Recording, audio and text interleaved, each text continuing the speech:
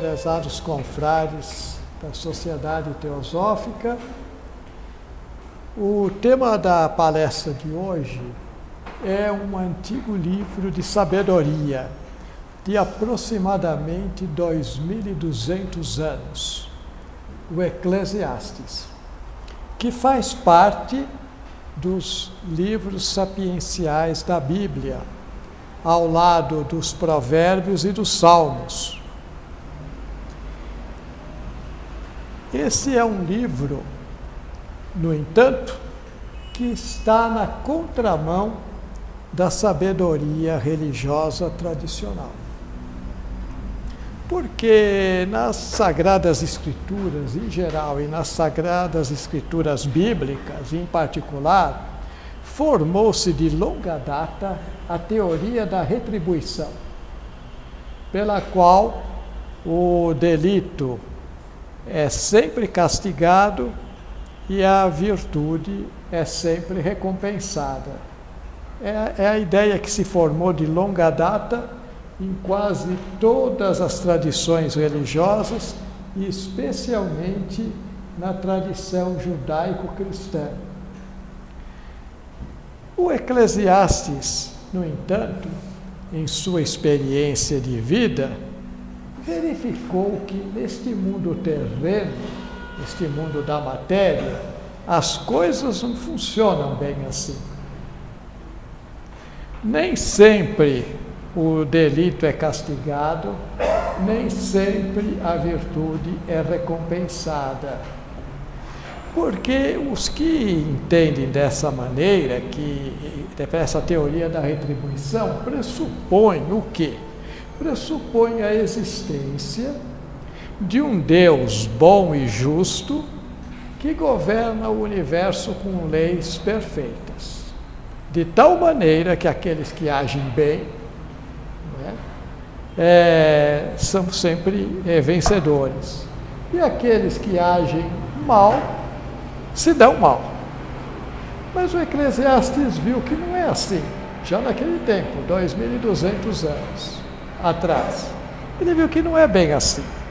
No dia a dia, nós não verificamos que a sociedade humana, desde que se formou a sociedade como uma comunidade organizada, é regida por leis injustas, feitas por seres egóicos e nada fraternos, que nem sempre dão a cada um o que é seu.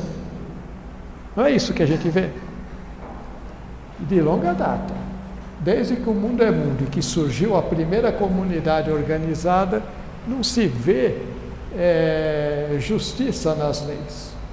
Além disso, há no mundo material muitas desgraças naturais, como doenças e catástrofes, que acontecem por acaso, tanto a pessoas boas como a pessoas más. Elas não têm nenhum propósito de retribuir alguma coisa a alguém. Acontece porque tinha que acontecer. E o Eclesiastes, então, verificando isso na sua experiência de vida, ele que não era jovem, mas já estava na maturidade, ou talvez até na velhice, ele viu que as coisas não funcionam assim. E então elaborou um livro em que faz uma análise nua e crua da vida humana, da vida material, mostrando que nem sempre o trabalho traz a riqueza. Nem sempre a riqueza está nas mãos dos que a merecem mais.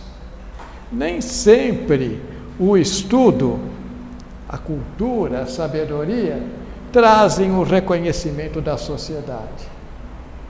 Então ele viu que tudo aquilo que os seres humanos enaltecem tanto, é um tanto enganador, é um tanto frustrante. Porque, veja, o trabalho, a pessoa trabalha para se manter e também para manter a sua família, despende grande energia, grande esforço, quer amealhar um pouco mais do necessário para a sua manutenção, muitas vezes morre e não consegue nem usufruir o fruto do seu trabalho. Aquilo que ele amealhou vai para mãos de outros que não fizeram nada e sem nenhum merecimento. As riquezas são instáveis.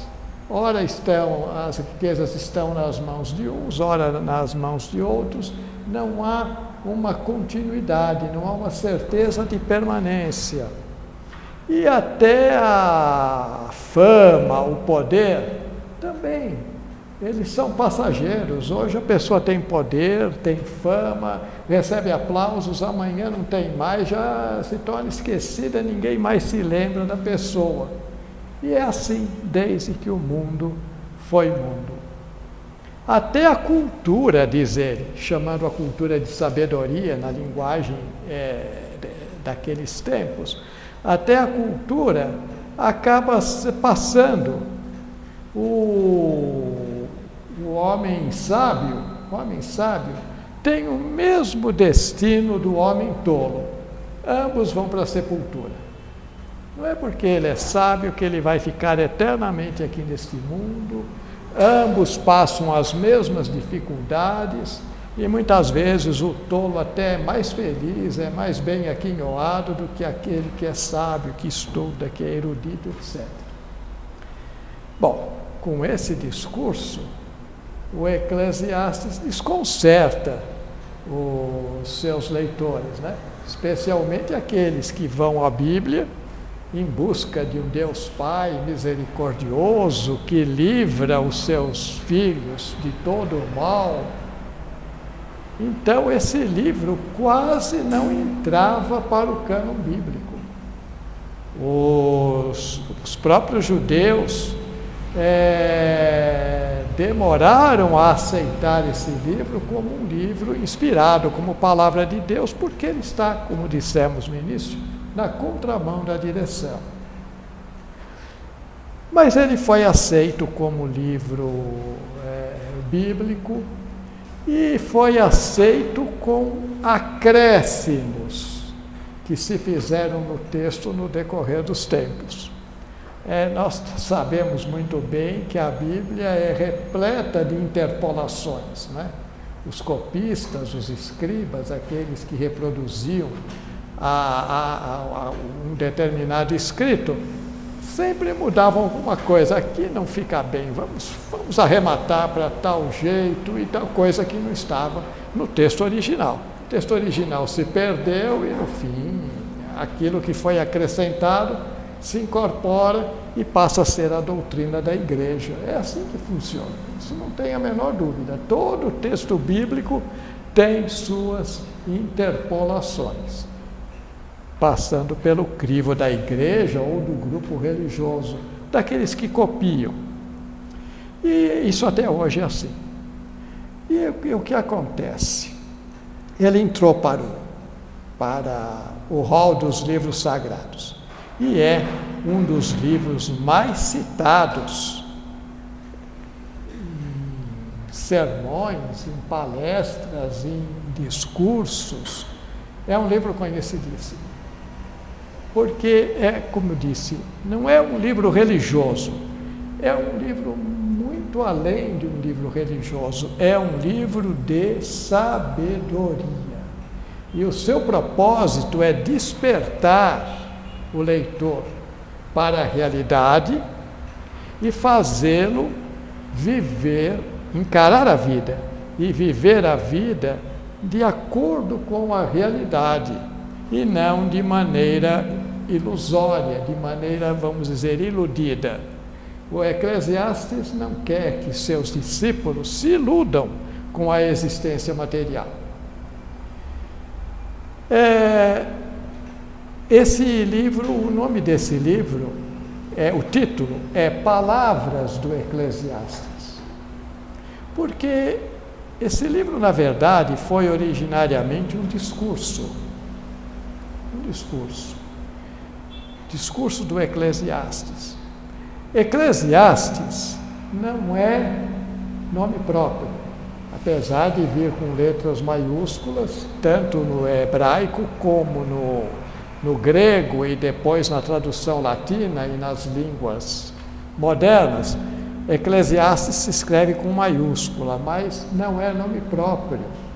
Eclesiastes é um designativo funcional equiparável a palestrante, orador, discursador, né? Mestre, professor. Algumas versões da Bíblia traduzem essa palavra por pregador. Palavras do pregador. Mas, como se deduz do texto, o Eclesiastes não foi propriamente um pregador, nem tampouco estava fazendo pregação nesse livro. Ele não faz pregação nenhuma. Ele era, sim, à semelhança de Sócrates, um filósofo que se dedicava à sabedoria e a ensinava ao povo sem estar vinculado ao clero, como acontecia com Sócrates. Bem, então quem era o Eclesiastes? Pelo texto, o Eclesiastes se diz que é Salomão. Nos primeiros versículos do livro, nós lemos o seguinte: palavras do Eclesiastes, filho de Davi, rei de Israel. Mas o livro foi escrito muitos séculos depois de Salomão. Na verdade, Salomão é o patrono da sabedoria hebraica. Os judeus o têm, isso está na Bíblia, como o homem mais sábio de seu tempo. E ele, durante o seu reinado, copiando o modelo político do Egito, ele era casado com uma das filhas do faraó, então importou o modelo egípcio para o reino de Israel. E ele, nesse seu reinado, ele incentivou as letras e as artes. E ficou com a fama de sábio, com a fama e se tornou patrono da sabedoria hebraica. E muitos livros da Bíblia são atribuídos a ele, mas é muito duvidoso que ele tenha escrito algum livro, ou que algum livro que ele tenha escrito tenha subsistido tanto tempo até hoje. E no caso deste livro Eclesiastes, a linguagem do Eclesiastes não é a linguagem do tempo de Salomão. A linguagem é uma linguagem própria da época em que a Palestina estava anexada ao Egito, sob o domínio dos reis gregos ptolomeus. Esses reis gregos ptolomeus não só impunham a sua língua, embora admitissem a língua dos outros povos dominados, mas eles davam preferência para o grego, como também a sua cultura, os seus costumes e o seu modo de vida cosmopolita, que estava no auge, né? O helenismo estava no auge e eles impunham isso. Então, além disso, eles impunham ao povo uma pesada carga tributária. Isso parece que é maldição, né? Todo governo que entra, seja lá onde for, ele vem com impostos e esse não fugia reto. Então, ele era uma pesada carga tributária, então os judeus estavam se sentindo humilhados, oprimidos dentro da sua própria pátria, dentro do seu próprio território. Depois desse domínio, o domínio passou para os romanos, né? Na época de Cristo, então, eram os romanos que dominavam, quer dizer, eles perderam totalmente a sua autonomia e o seu Estado, né, que já é o seu território, que era devidamente constituído. Pois bem, nesse livro nós notamos a influência da Grécia, da filosofia grega, a sabedoria grega, especialmente o epicurismo e o estoicismo, que foram as duas principais escolas de filosofia da Grécia, que influenciaram toda a cultura ocidental, até hoje influenciam. Nos evangelhos são mencionados os estoicos e os epicuristas como sendo inimigos e tendo uma discussão entre si por causa do discurso do apóstolo Paulo, quando esteve na Grécia, no Areópago, pregando. Então, vejam, a penetração dessas duas escolas e a permanência foi muito grande, porque essas duas escolas sugeriam um modo de vida, não eram escolas que ensinassem teoria, ensinavam um sistema de vida, como viver bem.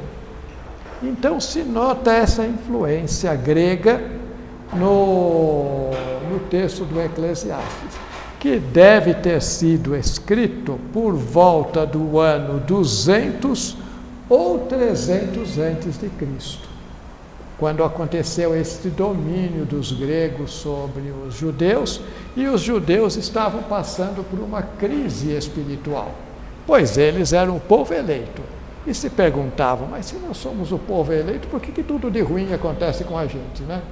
Onde é que está o Deus que não nos protege? Porque desde sempre só azares e mais azares, escravidão no Egito, e períodos de fome, uma série de contratempos, depois perseguições e finalmente esse domínio por outros povos. Então eles passavam por uma crise existencial e espiritual. O livro, em parte, surgiu como uma resposta a essa crise. Esse mestre de sabedoria veio justamente discutir essa questão. Mas eu preciso fazer um parênteses para dizer o que significa Eclesiastes, então. Significa palestrante, mestre, orador, mas a origem dessa palavra. Em hebraico, a palavra empregada é coelete. Coelete. Coelete em hebraico, em grego, porque a Bíblia judaica foi traduzida para o grego, é a grande versão que existe, depois para o latim. Coelete deu em grego Eclesiastes. Coelete, hebraico, e Eclesiastes, em grego, conotam a ideia de reunir, de reunião. Então, o Eclesiastes era um erudito, um professor, um palestrante, que reunia pessoas, como nós estamos reunidos agora, para discutir assuntos de alta indagação.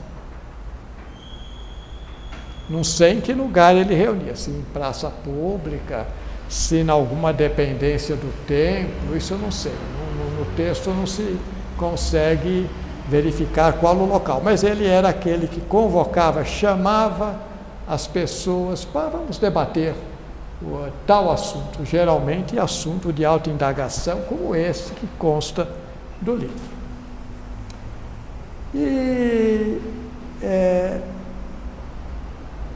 Então, nós já sabemos que Eclesiastes não é nome próprio. A autoria do livro a Salomão é uma autoria falsa. Pode ter sido uma homenagem desse sábio ao rei Salomão. Era muito comum acontecer isso até hoje. Por modéstia, o autor do livro, de um livro místico, prefere atribuir a uma personalidade do passado Pode ser também que ele tenha usado a figura do rei Salomão para dar mais autoridade às suas palavras, porque aí não era qualquer um que estava falando, era o rei Salomão, né? E o pessoal acredita até hoje que tenha sido o rei Salomão, e eu até achei muito estranho, porque eu tenho uma versão aqui, feita diretamente do hebraico por um judeu, e para ele é Salomão que é o autor dessas palavras. Não fez nenhum estudo de texto, não deve ter lido toda a literatura que existe em torno desse livro. A pesquisa literária isenta, vejam, porque os que fazem esse tipo de trabalho não tem nada a ver com crença, com fé, são pesquisadores, são estudiosos de texto, né, especialistas em manuscritos antigos. Isso, pois não. Das hipóteses que o senhor vem dando, e veio uma também que pode ser que seja possível. Todas as religiões têm o seu centro esotérico, seu núcleo fechado. Sim. Tanto na época de Salomão, como na época de Davi, Moisés, e Bacás, todos eles, em todas as religiões, isso não é exceção nesse sentido. Talvez exista a possibilidade de o próprio Salomão ter escrito muito das coisas que estão no Eclesiastes, e esse autor, séculos depois, ter pego esse material, que provavelmente estava escondido em núcleos, né? Ou então recebeu. Ou então recebeu oralmente isso. Pode ser também. Até porque Salomão criou a chamada escola de sabedoria. O que era essa escola de sabedoria? Ele, como disse, imitando o Egito, contratou funcionários letrados para serem seus ministros. Isso é coisa que só o Egito possuía, na figura do escriba. E tanto que os escribas estão presentes na Bíblia. Esses escribas eram letrados, portanto tinham que saber ler e escrever muito bem, o que era uma raridade na época, diga-se de passagem, e além de saberem ler e escrever, tinham que saber como compor uma poesia, como hoje a retórica ensina, né? Hoje acho que nem tem mais esse estudo, mas enfim, como na cultura ocidental existe isso. Quer dizer, a pessoa aprendia não só a ler e escrever, gramática, mas também sabia como fazer um verso, as sílabas e tudo mais, sabia também história da literatura, se tornava um perito em belas letras. E esses escribas, então, é que redigiam os decretos do rei. Porque se não houvesse gente habilitada para isso, como é que as ordens reais seriam transmitidas? Então, eles redigiam. E com isso, o que aconteceu? O Salomão precisou criar uma verdadeira escola de sabedoria, uma escola de letras, em que esses funcionários que ele contratou formavam outros funcionários para ocupar outros postos e depois, futuramente, substituí-los. Formou-se, então, a escola de sabedoria, que é salomônica. Então, até por esse motivo, pode ser. Ocorre que pela época em que o livro foi escrito, o livro reflete a época em que foi escrito e não uma sabedoria tradicional, como seria a sabedoria de Salomão. Pela sabedoria de Salomão, a retribuição existe. Tanto que ele próprio, ele recebeu sabedoria, riquezas e muito êxito no seu reinado, porque foi uma recompensa de Deus pela honestidade dele e pelo excelente rei que ele era. Né? Isso tudo é conversa. Ele foi um rei, foi também, colocou muito imposto em cima do povo, não conseguiu manter o reino unido, houve muita dispersão, mas só que para a história, especialmente dos judeus, ele aparece lá, o santo, no altar, né? As coisas nunca são como o pessoal conta. E ele é tido como autor do livro de Provérbios. Muita coisa do livro de Provérbios pode estar até embutida aqui, mas não é a filosofia tradicional. Isso é uma coisa mais para o lado grego do que propriamente para o lado judaico ortodoxo, vamos dizer assim. Mas perfeitamente válido isso. Salomão inaugurou a escola de sabedoria, e pode ser que com o passar dos anos, dos séculos, a coisa foi se transmitindo e ele então aproveitou isso para fazer homenagem ao rei. Mas o livro sim, mas o livro foi escrito mais ou menos nessa época, nesse período de crise espiritual em que o judaísmo, vamos dizer assim, como nação, já estava em decadência. Tinha a influência grega, foi total sobre os gregos, antes mesmo desse fato, porque muitos judeus foram para Alexandria, no Egito, e lá eles foram totalmente helenizados, que tudo começou lá, essa helenização começou lá na Alexandria. E entenderam que a língua grega era uma língua que vinha dar muito apoio para os próprios conceitos religiosos deles. Realmente o grego é uma língua muito filosófica, com muitos conceitos. Uma palavra significa, às vezes, uma verdade, né, superior. Então, eles aderiram. O que acontece? Aqueles que não estavam em Alexandria já olhavam com maus olhos aqueles seus companheiros de Alexandria. Esses aí já não tem jeito, já se misturaram e já são um outro tipo de religiosos. Continuam adorando o mesmo Deus e tal, mas já têm um pensamento diferente, com valores gregos, com cultura mais assim universalista do que regional daquele povo que sempre foi o povo judaico, né? Então tem essa ressalva, mas a ideia é sem dúvida aproveitável. Eu também tive essa sensação que você teve. Pois muito bem. Então, nós sabemos que o livro surgiu numa época de crise espiritual, crise política, de um desencanto, vamos dizer, dos judeus com a situação deles, não é? E em que consiste esse livro? Esse livro consiste numa dissertação. É uma dissertação filosófica. É um discurso, na verdade, que tem pouco mais de 10 páginas.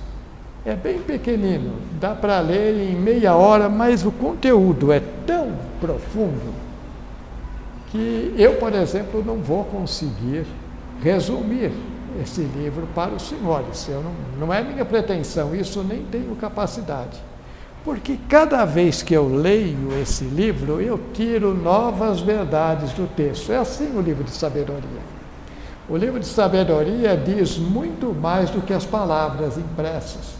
Você tem que, conforme o seu estado de espírito, você capta uma determinada verdade daquela asserção feita.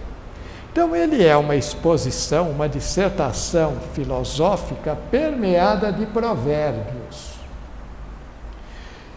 E que o provérbio, como nós sabemos, foi a forma mais antiga de transmissão da sabedoria, de mestre a discípulo, porque o ensino era oral, eminentemente oral. Então, o discípulo, para decorava muito mais facilmente um provérbio, que é uma frase curta, espirituosa, às vezes até rimada, com ritmo, de tal sorte que dá para decorar, a gente não esquece. Por exemplo, só para exemplificar, água mole em pedra dura, tanto bate até que fura. Eu já decorei. Ninguém esquece. Agora, o que significa isso? Aí a pessoa logo lembra quando se lembra do provérbio, né? A insistência, que todos devem ter, a persistência para conseguir alguma coisa. Professor, o senhor estava falando que cada vez que o senhor leu o livro de Eclesiastes, eu tiro novas verdades, posso dar a forma como ele foi escrito, sendo um livro de sabedoria, a gente poderia chegar ao ponto de dizer que ele tem uma estrutura de sutras, igual a estrutura do... Perfeitamente, perfeitamente. Sim, porque os sutras eram orais, né? Eram palestras. E ele também. Ele tem toda a característica de um discurso.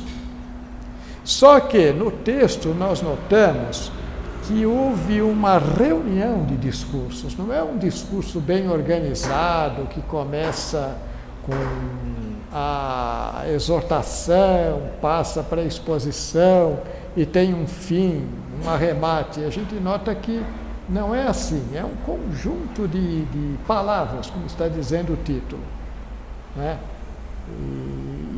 Então, ele não está muito bem organizado. Não se tem a impressão de que quem escreveu esse livro sentou-se a uma mesa, fez um roteiro e foi desenvolvendo. Não. São palavras que ele ensinava no dia a dia e foi recolhendo.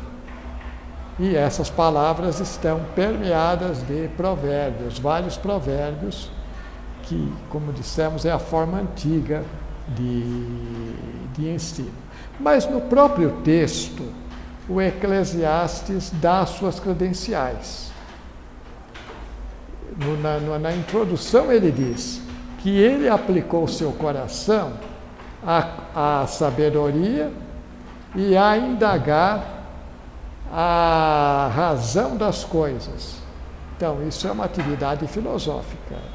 E no pós-fácio, que é o capítulo 12, que não foi escrito por ele, foi escrito por um discípulo, ou então por um copista, porque se refere a ele na terceira pessoa, diz o seguinte: o Eclesiastes, além de sábio, compôs muitos provérbios, escreveu discursos retíssimos, cheios de verdade. Então, vejam, ele não era pregador, não era um religioso da época, ele era, na verdade, um filósofo, como nós dissemos. A exemplo de Sócrates, se dedicava à sabedoria mesmo, à busca do saber e ensinava aos outros, despertava nos outros esse saber. Muito bem. Então, o gênero literário é uma dissertação ou um discurso com provérbios, em forma proverbial. Esse discurso parte de uma pergunta: que proveito tira o homem de todos os seus esforços debaixo do sol? Debaixo do sol, quer dizer, nesse mundo material. Qual é o proveito que nós tiramos do nosso trabalho? Acho que todo mundo já se fez essa pergunta depois que ultrapassou a adolescência, né? Ou pelo menos depois que ultrapassou a juventude. Mas para que eu me esforço tanto? Crise existencial. Como? Crise existencial. Sim, para que eu me esforço tanto? O que eu estou ganhando com isto? O que eu estou fazendo aqui? Não é? Até o estudo, ele diz assim, que muito estudo traz muito enfado, e realmente. Né? Estudar, ser mestre é uma forma de empobrecer alegremente, como dizia um colega meu. Isso é uma forma de empobrecer alegremente. Então, mas o que eu estou fazendo aqui? Né? Nada traz satisfação, nem o trabalho, nem o estudo, nem a própria riqueza, a fama, o poder. Mas por que ele fez essa pergunta? Ele fez essa pergunta como consequência da triste constatação que ele fez desta vida, de que tudo passa, Tudo, trabalho, fama, poder, glória, dinheiro, passa. Não tem nada que fica, nada que permaneça. E nada conta. Nem a própria sabedoria, nem a própria espiritualidade. Não conta nada. Tudo passa, nada fica e nada conta. Mas o Eclesiastes, que era um hábil escritor, um hábil orador, e um excelente poeta, e um proverbialista, ele resumiu isso, essa ideia de que tudo passa, nada fica e nada conta, num famoso, conhecido e mal compreendido provérbio que diz: vaidade das vaidades, tudo é vaidade. E ele repete isso cerca de 38 vezes nos 12 capítulos. Né? É o mote. Vaidade das vaidades, tudo é vaidade. Na linguagem da Vulgata, né, latina, vanitas vanitatum et omnia vanitas. Vaidade, nessa frase, nesse provérbio, não está empregada no sentido atual, de vanglória, orgulho, desejo de ser admirado e aplaudido, nem muito menos de cuidados com a aparência pessoal. Não é nesse sentido, esse é o sentido moderno da palavra. A palavra está empregada em seu sentido primígeno, etimológico, que significa o seguinte: vanitas em latim. Vem do próprio latim vanus, que significa vão. O que é vão? Vão é um espaço entre dois polos, entre dois pontos, que não contém nada. E, por extensão, vão é algo inútil, algo ilusório, algo que não tem consistência. Como na frase que nós dizemos: eu estudei em vão, não consegui passar no concurso. Estudei em vão, quer dizer, estudei inutilmente. Então, é esse sentido da palavra. Vaidade é vacuidade, não é? É isso aí. Em todas as línguas, porque vem do latim. No hebraico, a palavra usada para dar essa realidade, para conotar essa ideia, é a palavra ebel. Ebel, que significa vento ou sopro. Porque vento ou sopro é coisa passageira e não tem consistência. Tudo passa. Quando se fez a tradução, se escolheu essa palavra vaidade, que na época significava principalmente isso. Vão, vazio. Numa tradução menos literária, como ficaria esse provérbio? Ficaria assim: vazio dos vazios, tudo é enorme vazio. Ou então, tudo é vento, que é passageiro, e fome de vento. Aliás, ele repete isso no livro várias vezes. O que nós queremos, o que nós ambicionamos é vento. É algo que não tem substância, é passageiro, é ilusório. Há alguns autores, algumas traduções procuram uma outra palavra melhor para traduzir vaidade. Isso é a Bíblia clássica que usa, mas as Bíblias mais recentes procuram uma palavra melhor. Como esta aqui, essa tradução do Eclesiastes, feita por um judeu, diretamente do hebraico, de nome Adolfo Wassermann. E como é que ele traduziu? Ele traduziu Ebel. Ebel está duplicado, formando um superlativo, como em Cântico dos Cânticos, Rei dos Reis, etc. Então ele traduziu Ebel por futilidade. E ficou assim, está aqui no texto: futilidade das futilidades, tudo é futilidade. O que é uma coisa fútil? Inútil. Quer dizer, tudo que nós fazemos aqui no mundo é algo inútil. inclusive nós mesmos. Porque tudo vai passar, não vai permanecer nada. Isso no mundo da matéria. Por isso que ele ressalta debaixo do sol muitas vezes. É neste mundo aqui, neste planeta. Professor, então a gente chega à conclusão que o livro, já nessa parte, talvez seja a síntese total do livro, a gente chega à conclusão de que é o livro que está fazendo o entendimento a partir do contexto da vivência, da personalidade. Porque no nível da personalidade, a gente vive em 70 anos, quando a gente fala dessa análise, que a gente tem essa crise inicial, a gente fala, meu Deus, para que você viu tudo que eu passei, para que eu estudei, para que eu estudei, para que eu ganhei. Exatamente. Não valeu nada.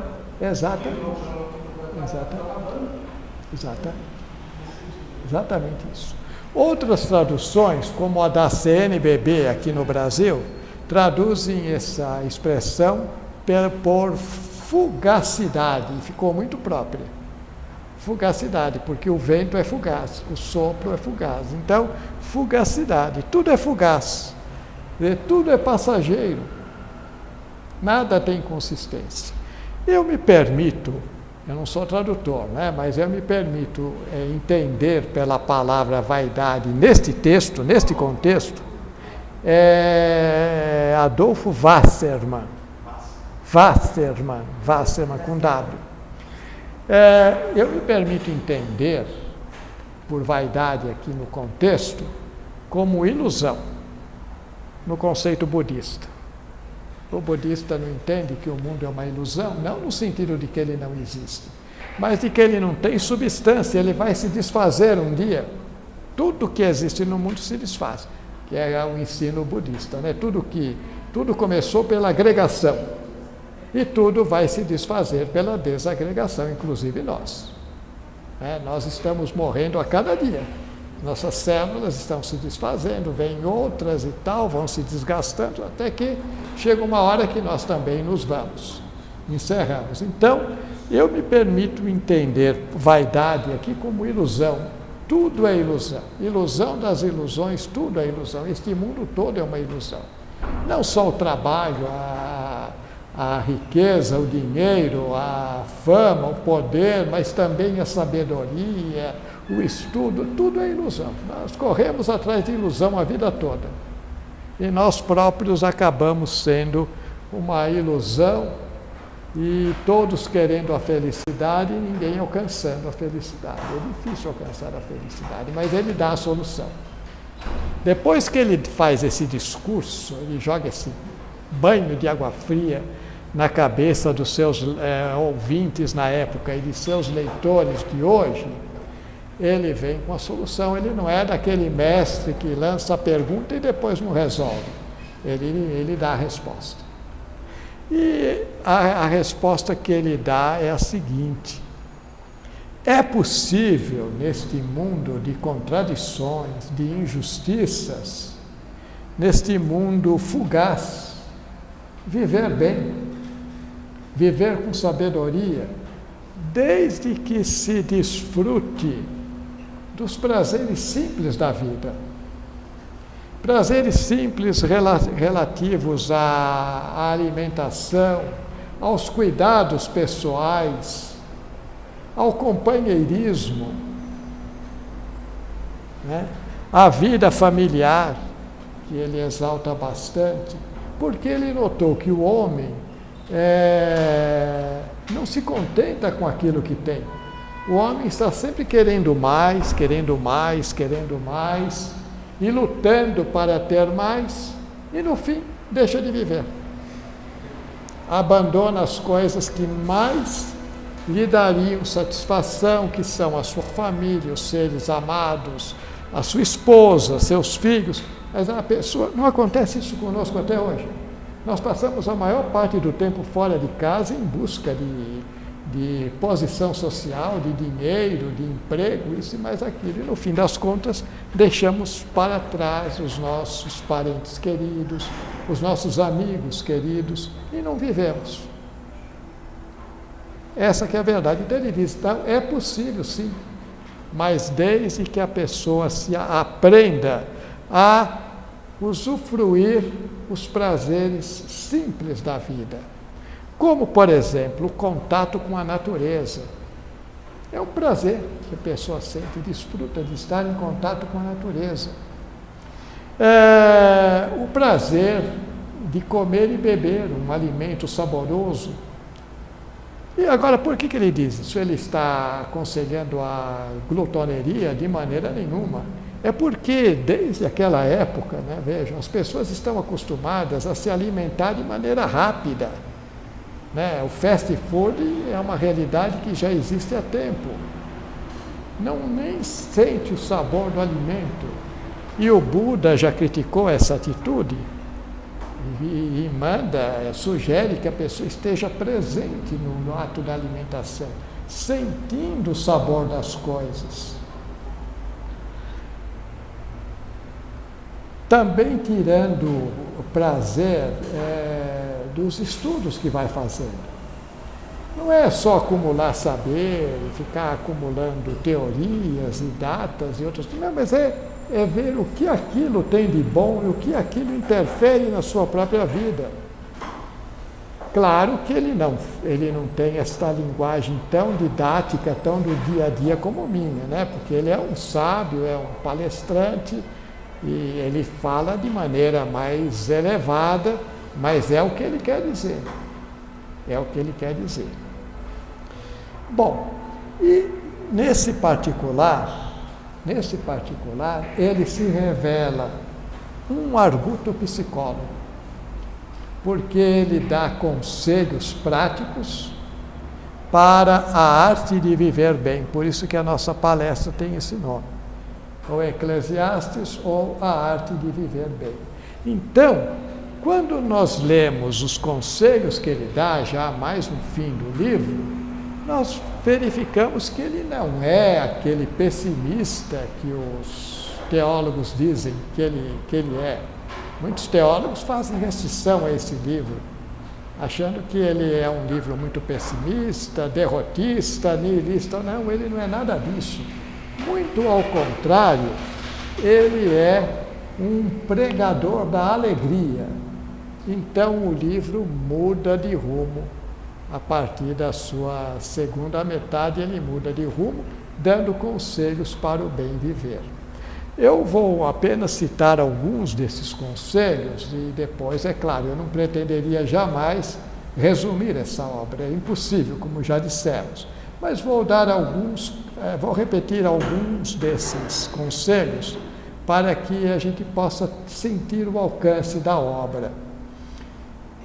No capítulo 11, versículo 4, está escrito o seguinte: quem somente observa o tempo nunca semeará, e quem olha para as nuvens jamais colherá. Aqui tem o paralelismo, né? Eles dizem a mesma coisa por outras palavras na segunda frase. Isso é próprio do provérbio ou da poesia hebraica. O que ele quer dizer com isso? Que a pessoa que fica esperando o tempo favorável, melhores condições para viver, acaba não vivendo.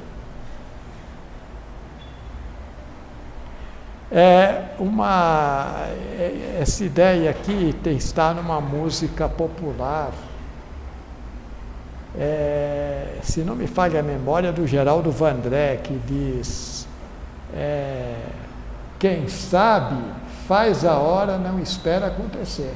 Né? Vem, vamos embora, que esperar não é saber. Então, é o Geraldo Vandré, né? Então, veja, é isso. Não adianta. Então, o que ele está dizendo para o povo naquela época? Não adianta esperar dias melhores.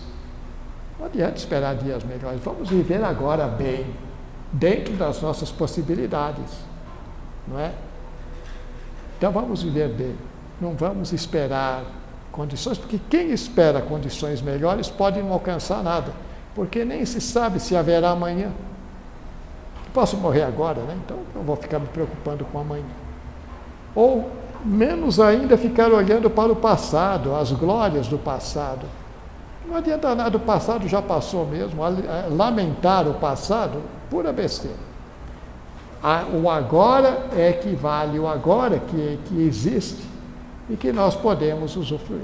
Aliás, o nosso confrade Osmir deu um excelente curso sobre o poder do agora, no ano passado, não foi isso? 2 anos faz. O poder do agora, que teve muito sucesso, porque ele se baseou num autor, Ernest Tolle, que enfatiza justamente isso. É o agora, é o aqui e o agora. Não fique pensando no futuro, nem preso ao passado. É aqui que eu tenho que viver, é agora. Então, a minha alegria, a minha satisfação e o meu prazer, neste momento, está aqui. Não está na minha casa, a hora que eu chegar, o que eu vou fazer, porque eu não sei nem se eu vou chegar na minha casa. Né? Também não está no passado, não. Coisas que eu fiz, ou então coisas que me perturbaram, isso tem que ser esquecido. É aqui que interessa, é aqui. E há uma terapia até, dentro da psicologia, que é a terapia centrada no cliente, que começa a mostrar para ele que ele não tem problema. Ele diz assim: o que você está sentindo agora? Não, agora eu não estou sentindo nada. Mas acontece que ontem, me perguntei ontem. É agora. Mas acontece. Não acontece nada. É agora. Agora você está sentindo alguma coisa, algum problema com você? Não. Então, acabou. O problema não existe. Você que está criando com a sua cabeça. Poucos psicólogos querem usar essa técnica, né? Porque senão eles vão perder os clientes. Não tem. Bom, mas é uma técnica que foi muito acolhida. Porque se a gente isolar mesmo, os nossos problemas mentais, eles não existem, eles são frutos do nosso pensamento. Mas isso é para uma outra palestra, não é para agora, que senão nós vamos nos perder. Então, vamos ver um outro conselho. Capítulo 9, versículo 7, diz ele: come com alegria o teu pão e bebe gostosamente o teu vinho. Então, veja, ele aconselha a alegria. É bom que se ressalte que o vinho foi complemento alimentar em todos os povos da antiguidade e não motivo de bebedeira. A bebedeira sempre foi recriminada. E o vinho também representa o povo judaico. O povo judaico se considera a vinha do Senhor. Tanto que o símbolo deles é o cacho de uva, folha e tal. Depois o Cristo já veio dizer que ele é a videira, nós os ramos, etc. e tal. E tomou o vinho também para dizer que era o sangue da nova aliança, né? O vinho da nova aliança, etc. e tal. Então vejo que o vinho teve uma influência muito grande na antiguidade. E hoje em dia, entre os europeus, ainda hoje goza dessa preeminência, vamos dizer assim. Tanto que os grandes jantares, as grandes festividades não passam sem o vinho. A menos que o indivíduo seja evangélico, aí ele não vai fazer brinde com vinho, vai fazer brinde com qualquer outra coisa, cerveja sem álcool, sei lá. Mas o vinho está presente. E é complemento alimentar, isso na Itália, em Portugal, em todos os países da Europa. A França nem se diga, né? Mas não a bebedeira, é um complemento alimentar simplesmente. Então ele diz: olha, coma com alegria o teu pão, porque você do trabalho conseguiu pão, conseguiu vinho, desfrute com prazer, com alegria. Não fique se preocupando que os outros estão em melhor situação do que você. Não fique olhando para a casa do vizinho, olhe para a sua, para o que você tem. Já é uma grande alegria ter o que você tem, o pão e o vinho. Seja feliz com o que Deus está te dando nesse momento. Exato. Outro conselho: afasta do teu coração o desgosto e remove de tua carne a dor. Olha aqui que beleza de conselho. Afasta do teu coração o desgosto. Mágoas não servem para nada, só servem para piorar a situação. Então afaste todo o desgosto, toda a mágoa, né, que você tem de coisas que lhe fizeram, né, das adversidades do mundo. Esqueça. Na nossa linguagem de gíria de hoje é: deixa para lá. Isso passou, acabou, não vamos ficar remoendo essas coisas que passaram. remove a mágoa do teu coração, o desgosto, e remove da tua carne a dor. É claro, se eu estiver com dor no corpo, estiver com doença, eu tenho obrigação de tratá-la. Então veja, não é porque tudo passa, que então não vamos fazer nada. Ao contrário, tudo passa. Eu posso saber que eu vou morrer depois de amanhã. Estou com dor de dente, eu vou ao dentista para tratar a dor do dente. Eu não quero saber se eu vou morrer ou não. Se eu estou já numa fase terminal, eu vou tratar o meu dente. É uma questão de sabedoria. Eu quero evitar o sofrimento físico. Correto? Então é isso que ele está dizendo. Afasta a mágoa do teu coração, da tua alma, da tua mente e a dor de tua carne. Afasta. Cure, não se descuide, não. Outro conselho no capítulo 7, versículo 21. Não apliques o teu coração a todas as palavras que dizem a teu respeito. Não dê poder à fofoca. Não é? Vem fulano dizer, olha, estão dizendo que você fez isso. Que bom, deixa para lá. Não vai procurar tirar satisfação, nem vai ficar remoendo aquilo. Afinal de contas, nós não temos controle sobre o que os outros pensam e dizem sobre nós. Então, devemos deixar para lá. Está muito correto. Não apliques o teu coração a todas as palavras que dizem a teu respeito. Claro, se alguém disser alguma coisa caluniosa sobre nós, houver provas, nós iremos à justiça pedir reparação, não é? Mas se não for, se for bobaginha, não vamos dar atento a essas palavras, porque só vai nos trazer mais sofrimento. E aí o sofrimento é causado por nós mesmos, não pelas palavras. Nós é que ficamos remoendo coisas que muitas vezes não têm o menor fundamento. Um outro conselho muito interessante capítulo 9, versículo 8. Em todo tempo sejam alvas as tuas vestes e jamais falte óleo sobre a tua cabeça. No judaísmo, vestes alvas eram as roupas festivas. Nos dias de festa usava-se o branco, né? Então eram vestes mais caras, geralmente feitas de linho, só para ocasiões especiais. Então ele diz assim, em todo o tempo, quer dizer, não use a sua melhor roupa, não, só para o dia de festa, para a missa do domingo, use todo dia. Saia com a sua melhor roupa, você vai se sentir bem. Olha, é óbvio. Né? Então não é porque você está numa situação ruim, num momento, que você vai andar de andrajos por aí, não. Se você tem condições, saia com a melhor roupa que você tiver e nunca falte óleo sobre a tua cabeça. Aqui esse óleo está sendo empregado no duplo sentido de perfume, porque com o passar do tempo o óleo foi usado especialmente pelos povos do Mediterrâneo como forma de evitar o ressecamento tanto do cabelo como da pele, que é uma região quente, uma região tórrida. Então, o óleo era necessário, como hoje é o protetor solar, porque senão a pele ficava enrugada e hoje nós sabemos que pode até causar o câncer de pele. Então, o óleo protegia. Posteriormente, o óleo se tornou um cosmético, porque resolveram adicionar um perfume, um unguento, né? Especialmente lá no Egito. O Egito sempre gostou de perfumes, de enfeites, de adornos pessoais. Tudo bem, e nós vemos que os hindus também gostam, né? A gente vê os Hare Krishnas aqui fazendo excelentes palestras, todos com aquele aroma muito gostoso. É um perfume que eles têm, não é? Só que é um perfume indiano, um perfume que nós não temos assim muita proximidade.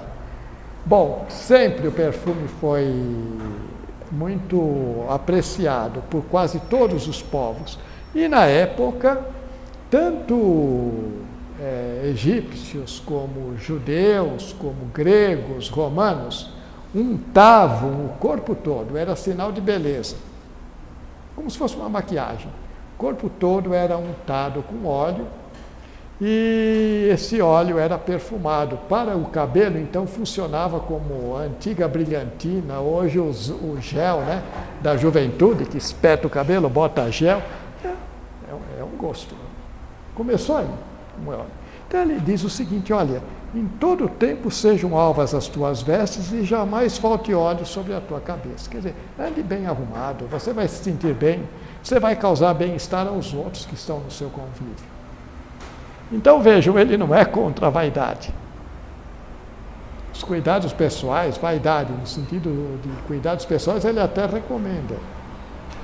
Agora, esse versículo comporta duas interpretações. Esta, que é a literal, e uma outra que é alegórica ou metafórica. Por quê? Vestes também, na Bíblia, pode significar a própria alma. E vestes alvas são as almas puras, isentas daquelas manchas mentais de que o budismo nos fala. Né? A raiva, o ódio, o orgulho, a mágoa, são manchas mentais que nós devemos remover da nossa mente para viver bem. Então ele diz, olha, seja a sua alma sempre pura, para você viver bem, esteja com a alma pura. E o óleo na cabeça simboliza a razão espiritual. O óleo que alimenta a lamparina, né? Então é a luz do saber, a luz do espírito. Porque nós seres humanos, desde que o mundo é mundo, o que acontece? Nós reforçamos o ego e sufocamos o espírito. É isso que acontece. Então nós vivemos no mundo do ego, o nosso cérebro é o ego, fundamentalmente o ego, porque é a razão pura e simples, a razão lógica.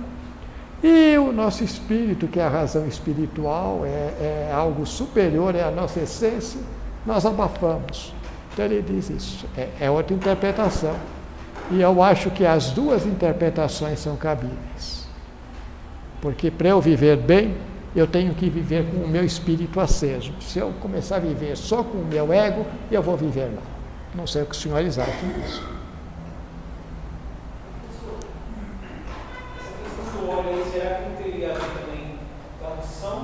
A unção, perfeito, mas é exatamente quando se faz a unção num rei, num bispo, num padre, tudo isso significa o Espírito Santo, mas o Espírito Santo o que é? É a sabedoria. A pessoa é ungida, é preparada para uma determinada missão. Agora, quem não tem essa unção, a unção está em todos nós, mas nós a apagamos, então nós temos que recuperá-la. Nunca perder a unção, prefiro dizer isso, nunca perder o Espírito. Séculos mais tarde, o apóstolo Paulo dirá, não apagueis o Espírito, conhecem essa frase? Claro, o Espírito não se apaga, mas nós o sufocamos com o nosso ego, então não apagueis o Espírito. Não sufoque a espiritualidade. Exato, exatamente. Outro conselho, goza a vida com a mulher amada todos os dias da tua vida fugaz, porque esta é a tua porção nesta vida pelo trabalho com que te cansaste debaixo do sol. Não preciso nem comentar.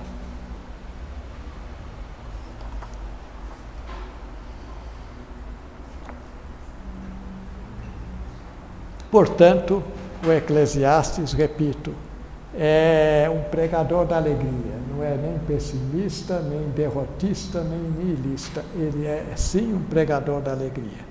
Viver a vida com alegria, por quê? Porque a vida é o maior dom que o homem recebeu. E é o pressuposto de todos os outros valores, de todos os outros bens. Se eu não tiver a vida, o que me interessam os outros bens? Concorda?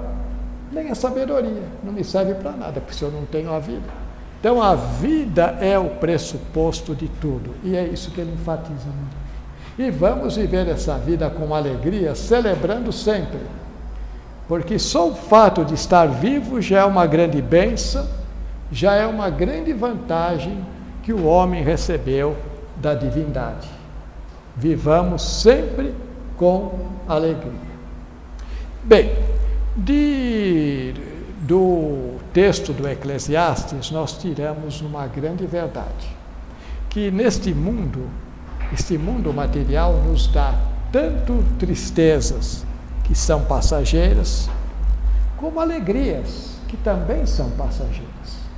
Agora, a felicidade, quem se dá, é o próprio homem, voltando-se para a sua essência, para o seu centro divino, porque o Eclesiastes diz, logo no começo, mais ou menos na metade do livro, que Deus criou o homem reto, quer dizer, justo, bom, perfeito, para viver bem.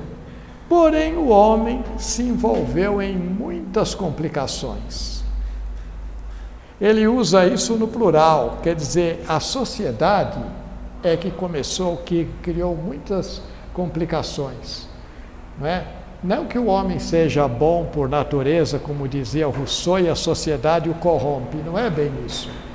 O homem é o que é desde quando foi criado, porém, ele foi criado bom, ele foi criado reto, bom, pronto para viver bem, com o que ele receber do mundo, mas ele criou muitas complicações. A sociedade pôs rótulos, a sociedade inventou o dinheiro, né? Inventou posição social, inventou poder, dividiu o trabalho, um é autoridade, o outro é obediente apenas, se não quiser entrar bem, não é? Então ela começou a estabelecer hierarquias, tudo coisa que não foi estabelecida por Deus. É essa a mensagem dele. Então, isso está expresso. O homem foi criado reto, mas se envolveu no contato com outros homens em muitas complicações. E depois sofre em consequência dessas complicações. Como tudo é vaidade, quer dizer, tudo é passageiro, esta palestra chegou ao seu fim. Sem aquele grande finale, sem frase de efeito, chegou simplesmente ao seu fim, já era, e eu termino apenas com um muito obrigado pela atenção que me foi dispensada.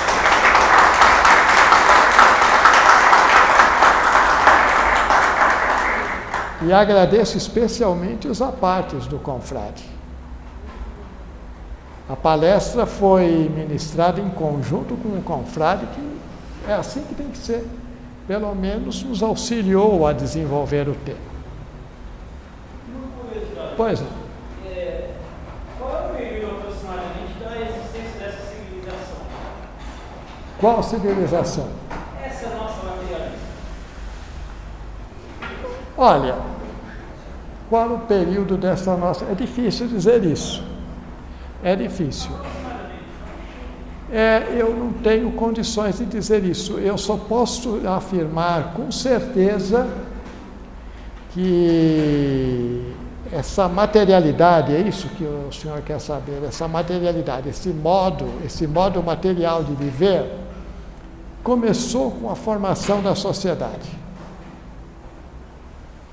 Formou-se a sociedade, formou-se esse tipo de civilização que nós temos. Quando o primeiro homem, vamos dizer, chegou e disse assim, bom, olha, esse terreno aqui está bom, né? Esse terreno é meu. Ele foi o primeiro ladrão.